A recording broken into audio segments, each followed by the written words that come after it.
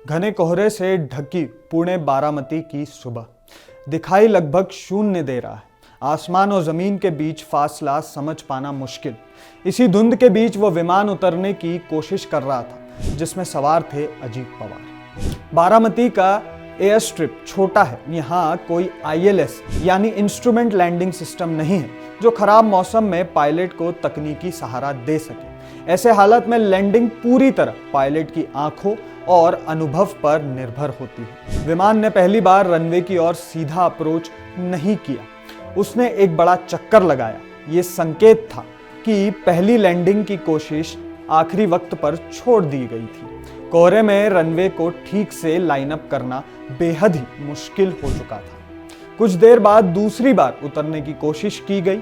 इसी दौरान कॉकपिट से मेडे कॉल भेजी गई। मतलब साफ था स्थिति नियंत्रण से बाहर जा रही है। DGCA सूत्रों के मुताबिक बारामती एक टेबल टॉप रनवे है जहां जरा सी चूक का मतलब सीधा किनारे से गिरना हो सकता है। लगभग 100 फीट की ऊंचाई पर विमान का संतुलन बिगड़ गया। रनवे तक पहुंचने से पहले ही विमान जमीन से टकरा गया। टक्कर के साथ ही जोरदार विस्फोट हुआ। उसके बाद एक कई छोटे धमाके सुनाई दिए। पूरे विमान में आग फैल गई। लपटें इतनी तेज थी कि तुरंत कोई रेस्क्यू ऑपरेशन मुमकिन नहीं हो सका। कुछ ही मिनटों में यह साफ हो गया कि यह सिर्फ एक तकनीकी हादसा नहीं बल्कि एक राष्ट्रीय क्षति है। महाराष्ट्र ही नहीं पूरा देश सदमे में।